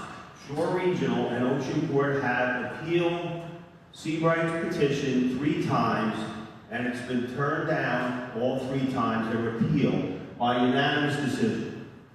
Everybody voted against Shore Regional and Oceanport's appeal to let Seabright leave. Now they're waiting, they're appealing it again, they're in the middle of another appeal, 4th one, and they're waiting for the Supreme Court to hear the case. We feel the Supreme Court, we feel Seabright, the Supreme Court, is going to look at the results of the 3 prior appeals and say, we don't need to even look at this. We see what's happened already 3 times. So we're not even going to hear the case. In the meantime, the clock is ticking for Shore Regional and Oceanport.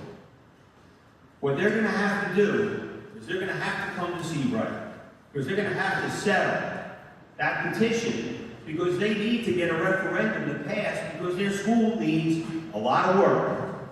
They can't take showers in the boys' bathrooms because the plumbing. I went to the school. The school was built in 1962. It's the same plumbing in the building, okay? They need to get a referendum passed. They can't get the referendum passed until they settle our petition. So they're going to probably come to us at some point and say, okay, Seabright, let's talk. But the clock is ticking, because what's going to happen is whatever deal Seabright might make with Shore Regional, and I pray we don't make any deals with Shore Regional. We want out. I want out more than anybody. I don't care if they let us go to Shore Regional for free. I want to come here. But they are going to come because they don't want to lose our money. And when we come up with some sort of a deal with Shore Regional, they're going to have to put a referendum in front of Monmouth Beach, Oceanport, and West Long Branch.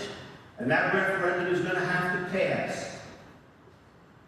They would have to agree in those 3 towns to the deal that Shore Region and Oceanport make with Seabright. But in the meantime, if we get this on the ballot over here in November, the clock is gonna run out on Shore Region and Oceanport, and they will not have time to keep Seabright.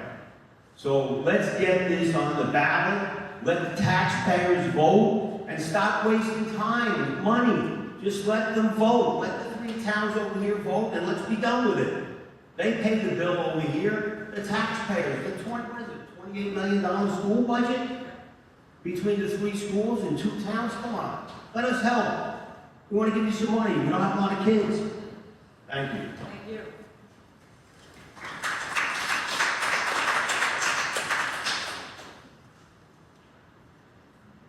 Motion to adjourn. Jane Thomas. All in favor?